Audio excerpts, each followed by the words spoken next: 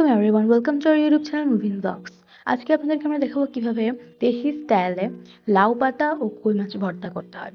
অবশ্য সেটার জন্য প্রথমে আমাদের যা যা লাগবে সেগুলো হচ্ছে, দেখতেই পাচ্ছেন আমরা একটু বলে কতগুলো কই মাছ রেখে দিয়েছি এবং সাথে রেখেছি লাউ পাতা এবং রয়েছে এখানে পেঁয়াজ বাটা, আদা বাটা, রসুন বাটা, শুকনো মরিচ বাটা, জিরা বাটা,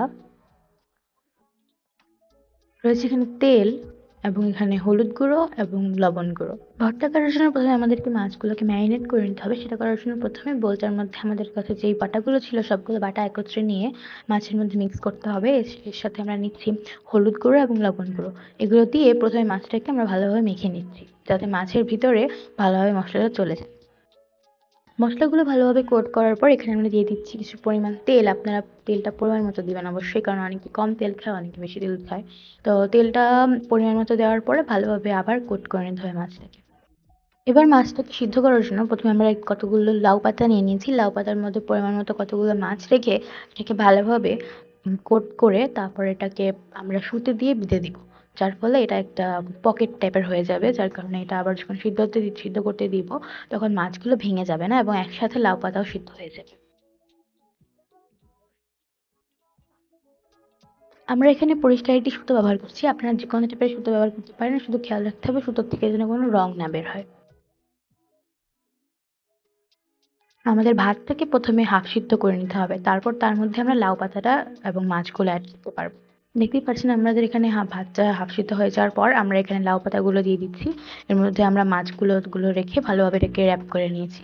এবার আমরা এর মধ্যে দিয়ে ভালোভাবে রেখে তারপর ঢেকে দিব।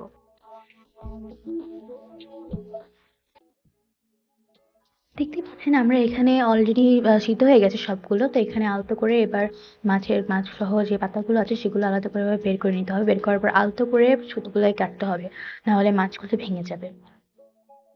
সুতোটা যখন কাটবেন তখন খুব সাবধানতা অবলম্বন করতে হবে, না হলে মাছগুলো ভেঙে যাবে। হয়ে গেল আমাদের মাছ ভর্তা। আমাদের মাছটাকে আলাদাভাবে এবার একটা বোলের মধ্যে নিয়ে রেখে দিতে হবে ভালোভাবে।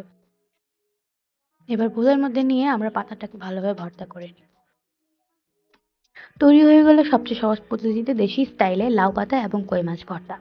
আমাদেরকে সাপোর্ট করার জন্য আপনাকে যেটা করতে হবে, সবার আগে আমাদের ভিডিওটিকে লাইক করতে হবে এবং তার উপর কমেন্ট করতে হবে এবং অবশ্যই আমার চ্যানেলটিকে সাবস্ক্রাইব করতে হবে এবং বেল আইকন ক্লিক করে রাখতে হবে যাতে আমাদের সকল ভিডিও আপনার নিউজে সবার আগে আসে।